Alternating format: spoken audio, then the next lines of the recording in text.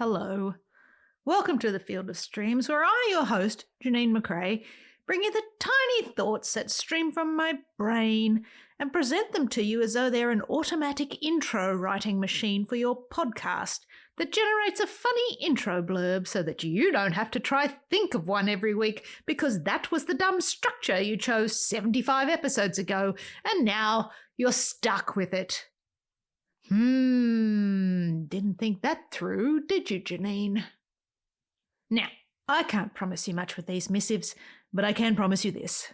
I won't keep you long. Well, not too long.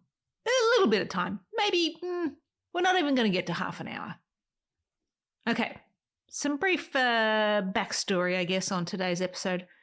I can't remember exactly what inspired the writing of this one back in 2022, but I have a pretty good idea, and it involves someone's channel that I occasionally quite enjoyed on YouTube. I wouldn't say I was a huge fan, but there were certain episodes this person had done that touched on creative subjects or thinky intellectual subjects that piqued my interest, that resonated. And then, something changed. One day, or actually over the course of a few episodes, I suspect, I can't remember when I started screwing my nose up and thinking, this person has lost it. I noticed that this person, whom I shall not name, had sort of radically changed tone, or the episode directions, I guess. The subject matter of the videos seemed designed specifically to trigger certain kinds of reactions. And the inspiration for this post was not that this person changed or had fallen down a hole or anything. The inspiration was that I don't think that person changed at all. I think that person probably started paying attention to performance, views, and tweaked their content to change their channel to get more views like that and to make money that way. And that's what I found fascinating. When I finally unfollowed, it wasn't because I hated the content, which I did. It was because every time I saw a thumbnail with that person and a clickbait title, I thought, you're just doing this for clicks. You don't believe any of that shit. You are a fraud. Like, how can you do that? I mean, I am projecting, but I just can't see how you can compromise your beliefs just to get clicks. It does not compute with me. Listener, what would you be willing to compromise for clicks? I ask myself this all the time. Am I willing to ignore who I am and what I believe in to be successful? Am I willing to make things that speak to an algorithm rather than my heart? Or to mimic the way I put it in the thing I'm about to read, do my outsides match my insides? Let's talk about it. In this episode, what a coinky-dink. The question I pose is, how do you see yourself? And does your work reflect that vision? So now, without any further murkiness, this is me reading to you a piece of my writing called Live Your Vision. Turn out your pockets. Rifle through the receipts. Dig your fingernails into the lint of the hem and check for DNA. The DNA of your rivals, your lovers, your friends, your disappointment, your vengeance, your shame, and your history. Rip the lining from your inner self and lick at the stitches. Double knotted, double crossed, double troubled. This is your fabric and the robe of the true you, worn in your secret dreams, where no one knows the score. Flip the softness of your eyelids until the reddened insides of your light are exposed to your mirror. Open your mouth wide and examine your cavities, your mouth sores, and your ragged tongue. This is the real. This is the true autonomy. You are not held in the gloss or the shine of your matinee. You are not the fake that hides the bona fide. You are not the perfection that's sought to be broadcast in this world. You are you. You are a rapidly decaying bag of cells and blood and bone and disease. This is how it will be. Your imperfections can be mined for gold. Your imperfections will set you free. In your recognition of this, you become a vision. Your vision. A shrine to your genuine. Your mirror applauds, and the weight of your terrible lie is lifted by angels, a lightness, a hope, an unfeigned clarity of self. It is the long, bright corridor of growth at the heart, spiritual graduation wearing an evolutionary gown. You are the victor against the great grand deceit of exposure. What's that now? Is how you see yourself, right now at this moment, an accurate reflection of the human you want to be, could be, are? Is the work you're making an imitation of expectation? Are you being a being in your true being's gaze? A beginning or an end? A future, a past, or a now? A fraud or a fact? If someone were to imitate you, where would their focus be? Would it be a physicality of motion or a cruelty of personality? Your shallow voice or your fiction-fed laugh? How will you be portrayed in the courtyard of critique? Are you honouring your inner with your outer? These are just questions, and you can stop and reflect or move on and keep hiding. Your life can just as easily be insignificant as not. How can you be honest with yourself about yourself and what you want? Do you even know what that is?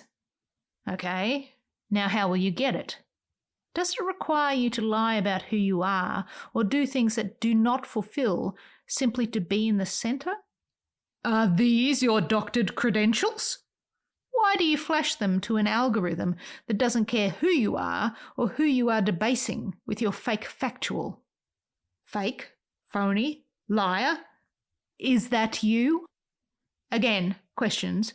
Move along, there is nothing to see here. Nothing but the bullshit show. We are walking around with our legs on backwards. Our eyes are transfixed upon dark pools of nothingness, with hearts in lockboxes while wearing the souls of corporate latchkey kids. Faces stuck in screens of light, blinded by our ambition, taken by shysters and hucksters and making mockeries of the gift, the life, the useless mystery. We come, we go, we are unchaperoned in our descent into the darkness. You are a brand, you are not a brand. You matter, you don't matter. This is the fast track to the slow decline. We are sick with it. Skin sallow, eyes bloodshot, the stench of fickle insincerity permeates the textiles of our garments and stains the photographs and pixel points of our records. When you get to the end, will your pages be blank or smudged with the grease of magnificent memory meals? Will you have inked a fan letter to your life well lived? It's not too late. It's never too late to pick up a tool and get to work, to be a philosopher of time, to be an archaeologist of fate. We dig, we track, we scratch marks on door frames as we grow. In our insincere spurts, we are diminished, stunted. In the ignorant betrayal of our inner truth, we lessen ourselves. We are made weak and uninteresting to alien life forms who visit, take one look and hastily exit, stealing bags of beignets as the only evidence of the triumph of our civilization. It is our pinnacle, our zenith, our end. The powdered sugar on our dying planet betrays our inner dough, the goo of our fakery. It's not too late. Do not deny who you are. Do not deny what you want. Do not present your hustle as a poor approximation of someone else's because you're tired of the long way around. The quick fix is the wrong fix. Do or do not and go or do not go. Whatever. But be consistent with who you are. The real you of you. She thinks she's an intellectual. She thinks she's an influencer. She thinks she will be the next to be shot into space, a tourist on a mission to infinite mundanity. It's all so tiresome. Less thinking, more being. Less lying to eyes, more living of the true self in often empty rooms, knowing no eyes on you is the same as all eyes on you. Don't care about either. Our vision of ourselves can seem small and insignificant. The work that we do can seem pointless and inane. Don't drown in the questions. When will I be famous? When will I get my moment in the sun? The sun is out to get us, and the spotlight with its too bright gaze flares just as hot. We are surrounded by the hustle of fame, and it is not the brass ring, the fat and dripping sky pie, the be-all and end-all of our life's run on this planet. If you get there, fine. All I'm saying is don't sacrifice the you of you in the journey. To recognise the weakness in our vision of ourselves, the flaws, cracks and ugly belly-button lint or mottled skin of our ethics and influences, of how the pursuit of fame is a hollow promise, that is freedom. It shows the ability to be altered, to change channels, to flip scripts. We recognise our limitations and by doing so expand our ability to burn brighter, hit harder and land safely. A victory against melees. It's so easy to give in, much harder to commit. Witness our daily struggle to face fear, to go against the evil, or to speak up at the risk of being shouted down. It takes effort to do the best, most authentic to you work.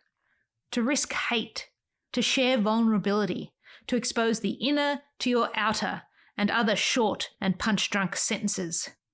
Trust me, to have your work be misunderstood can be just as potent as being loved. You've just got to work out how to process it. Finally, she gets to it. How does what we make fit in with who we are?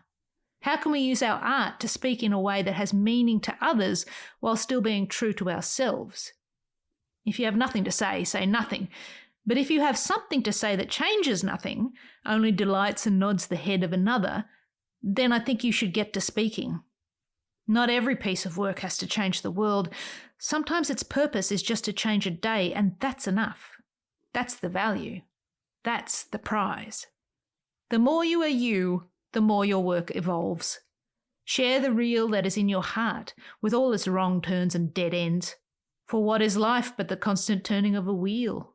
Drive it, turn it, stay off bad roads.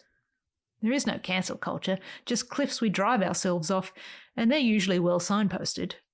It's in your hands, your true and fully realised hands. How's my driving? Feeling car sick yet? The truth of you is known only to you. Honour it by creating work that slowly peels back your robe to show the world your soft body, cellulite and all. Work that shows who you are in the quiet. Know that your pages are not pre-written. Make a collage of your truth, if you like. Write your own path. Paint your masterpiece. Edit your own film for clarity. Reframe the objective of your greater good as you march toward the full stop at the end of a worthwhile life. Do not hide. Make yourself a vision with sharp edges and a no-static soundtrack. Make yourself a vision and aspire to be visionary with it. Be seen. But what if your authentic self is a poison to society? What if the vision of your inner is a nightmare to the outer?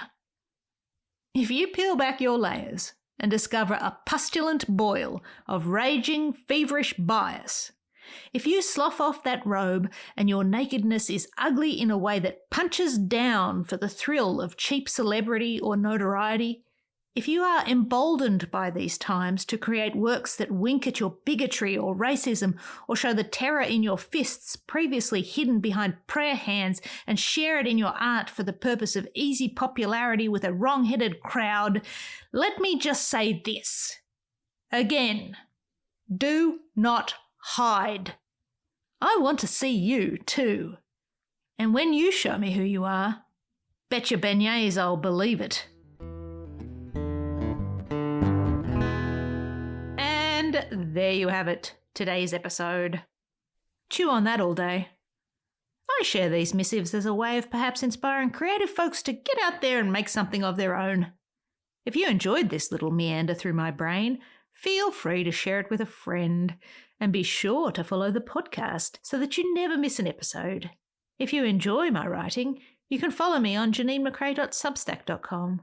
But until next we meet, I'll leave you with this. Love what you love, and I'll see you out there making stuff. Without compromise, hopefully.